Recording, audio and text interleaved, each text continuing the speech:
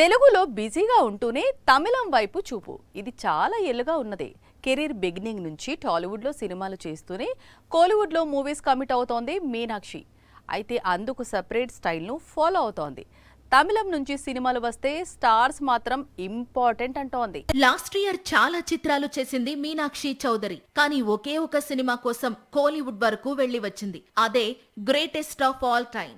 అసలే విజయ్ మూవీ, పైగా crazy project. అందుకు తగ్గట్లే కోలీవుడ్ లో ఇమ్మీడియట్ గా మీనాక్షి నేమ్ క్లిక్ అయ్యింది. సంక్రాంతికి వస్తున్నాం సినిమాతో కెరీర్ లోనే బిగ్గెస్ట్ బ్లాక్ బస్టర్ ను చూసింది మీనాక్షి. గతంలో చేసిన మిస్టేక్స్ రిపీట్ కాకుండా చాలా సెలెక్టెడ్ గా మూవీస్ చేస్తోంది. ప్రస్తుతం తెలుగులోనే అనగనగా ఒక రాజు, అలాగే నాగ చైతన్యతో కొత్త చిత్రం చేస్తోంది. ఇదే స్పీడ్ లో మరోసారి కోలీవుడ్ కు వెళ్లాలి అనుకుంటోంది.